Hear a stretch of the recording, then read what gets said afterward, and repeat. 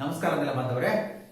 ನಾನು ನೆಲಮಾತ್ಮನ ಬಗ್ಗೆ ಪರಿಚಯ ಮಾಡ್ತಾ ಸರಪಳಿ ಮೋಜಿನ ಬಗ್ಗೆ ತಿಳಿಸ್ತಾ ಇದ್ದೆ. ಅಳತೆ ಆದ ನಂತರ ಸಂಬಂಧಪಟ್ಟಂತ ನಕ್ಷೆಯನ್ನ ತಯಾರು ಮಾಡಬೇಕು ಅಂತಂದ್ರೆ ನಕ್ಷಾ ಮಾಪಕಗಳನ್ನ ಆಯ್ಕೋಬೇಕಾಗುತ್ತೆ. ಇದರಲ್ಲಿ 3 ವಿಧಗಳಿದ್ದಾವೆ. ಈಗಾಗಲೇ ಪ್ರಾತಿನಿಧಿಕ ಭಿನ್ನಾಂಶ ಮಾಪಕ ಮತ್ತು ಹೇಳಿಕೆ ಮಾಪಕ ಬಗ್ಗೆ ನಾನು ತಿಳಿಸ್ಕೊಟ್ಟಿದ್ದೀನಿ. ಇವತ್ತು ರೇಖಾ ನಕ್ಷೆ ಮಾಪಕದ ಬಗ್ಗೆ ತಿಳಿಸ್ಕೊಡ್ತೀನಿ. ಇದರಲ್ಲಿ 2 ವಿಧವೆ. ಒಂದು ಸರಳ ರೇಖಾ ಮಾಪಕ, ಮತ್ತೊಂದು ಕರ್ಣ ರೇಖಾ ಮಾಪಕ ಅಂತ. ಈ ಸರಳ ರೇಖಾ ಮಾಪಕನ ತಾವು ಯಾವುದೇ ಒಂದು ಗ್ರಾಮ್ ನಕಾಶೆಯಲ್ಲಿ ಕಾಣಬಹುದಾಗಿರುತ್ತೆ.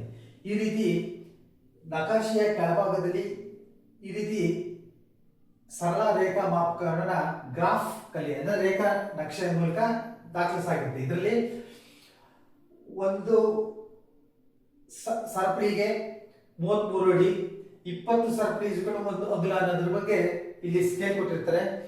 ನಾವು ಇದನ್ನ ಸ್ಕೇಲ್ನ ಇದ್ರ ಮೇಲೆ ಇಟ್ಬಿಟ್ಟು ಇದು ನಕ್ಷೆ ಸ್ಕೇಲಿಗೆ ಇದೆಯೋ ಇಲ್ಲ ಅನ್ನೋದ್ರ ಬಗ್ಗೆ ಪರಿಶೀಲಿಸಿ ನಂತರ ಅದರ ಮೂಲಕ ನಾವು ಅಳತೆ ಮಾಡಬಹುದಾಗಿರುತ್ತೆ. ಸೊ ಇದರಲ್ಲಿ ಘಟಕ ಮತ್ತು ಉಪಘಟಕವನ್ನು ಅಳತೆ ಮಾಡುತ್ತೇವೆ ಅಂತಂದ್ರೆ 1 ಮೀಟರು ಮತ್ತು ಡೆಸಿಮೀಟರು, 1 ಸೆಂಟಿಮೀಟರ್, 1 ಮಿಲಿಮೀಟರ್, ಈ ರೀತಿ ನಾವು ಘಟಕ ಮತ್ತು ಉಪಘಟಕಗಳನ್ನ ಅಳತೆ ಮಾಡಲಿಕ್ಕೆ ಉಪಯೋಗಿಸ್ತೀವಿ. ಇನ್ನು ಕರ್ಣರೇಖೆ ಮಾಪಕ ಇದು ಸಹ ಒಂದು ವಿಧದ ಮಾಪನ ಆಗಿದೆ. ಇದನ್ನ ನಾವು ಭೂಮಾಪನ ಇಲಾಖೆಯಲ್ಲಿ ಯಾವುದೇ ಉಪಯೋಗ ಬಳಸ್ತಾ ಇಲ್ಲ. ಅದರಿಂದ ಇದರ ಬಗ್ಗೆ ಅಷ್ಟೊಂದು ಮಾಹಿತಿ ಬೇಕಾಗಿರುತ್ತೆ ಅಂತ ಕಾಣಿಸುತ್ತೆ. ಇನ್ನು ನೆಲಮಾಪನಕ್ಕೆ ಸಂಬಂಧಪಟ್ಟಂತೆ ಎಲ್ಲ ವಿಡಿಯೋಗಳು ಫೇಸ್ಬುಕ್, ಇನ್ಸ್ಟಾಗ್ರಾಮ್, ಯೂಟ್ಯೂಬ್ನಲ್ಲಿ ಲಭ್ಯವಿದ್ದು ತಾವು ನೆಲಮಾಪನ ಎಂದು ಸಬ್ಸ್ಕ್ರೈಬ್ ಆಗಿ ವೀಕ್ಷಿಸಬಹುದಾಗಿದೆ.